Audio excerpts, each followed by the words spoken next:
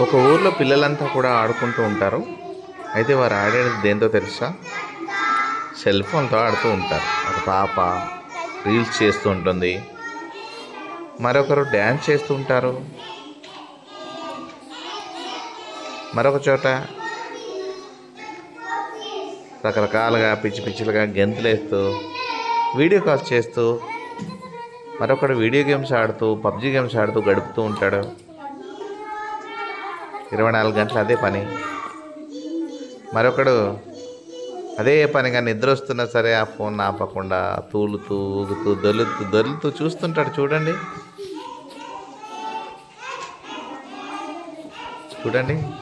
ఆ బిడ్డాడు ఏం చేస్తున్నాడో. మరొకడు పిచ్చి పిచ్చిగా వెకిలిగా నవ్వుతూ అవతల స్నేహితుడితో వీడియో కాల్లో మాట్లాడుతుంటాడు.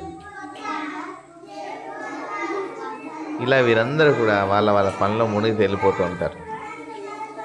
అప్పుడు సెల్ ఫోన్ అంతరాత్మ ఇదంతా గమనించి బాధపడి, బుర్ర పాడైపోతుంది, ప్లీజ్ రా ఆపండి రా, నేను మొబైల్ ఆత్మని. ఎందుకు వచ్చా? మీరు నన్ను చాలా బాధ పెడుతున్నారు. అవును మీరే, నాకు రెస్ట్ ఇవ్వడం లేదు. ఉదయం నుండి పడుకున్న వరకు చూస్తూనే ఉన్నారు, నొక్కుతూనే ఉన్నారు. నాకు సాధ్యం అయిపోతుంది. ఇలాగైతే నేను స్విచ్ ఆఫ్ అయిపోతాను కదా. అరే ఇలా అయితే ఎలా? నేను గేమ్స్ ఆడాలి కదా, నేను వీడియో కాల్ చేయాలి కదా, నేను పిల్లి డాన్స్ వేయాలి కదా. అయినా నువ్వు మమ్మల్ని చెడగొడుతున్నావు. అవును మా అమ్మ కూడా చెప్పింది, నాకు కూడా చెప్పింది. నేనా? లేదు నేను మీ స్నేహితుడిని. మీకు లెక్కలు, ఇంగ్లీషు, తెలుగు కథలు ఎన్నో నేర్పిస్తాను కదా. మీరే గేమ్స్ వీడియోస్ డాన్స్ చూస్తూ చెడిపోతున్నారు. నేను తిరగొట్టడం లేదు. నిజమే, మొబైల్ చాలా మంచి పరికరమే, కానీ అందులోను మీరు వీడియోలు, గేమ్స్, డాన్సులు చూస్తూ టైం వేస్ట్ చేస్తున్నారు.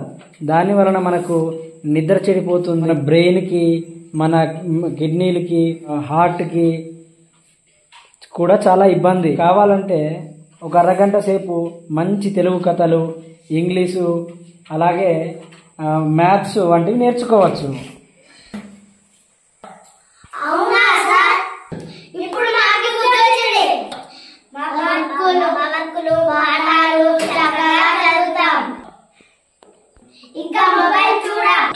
డియర్ మొబైల్, ఇక నీకు రెస్ట్ ఇస్తాం, మన్నించు.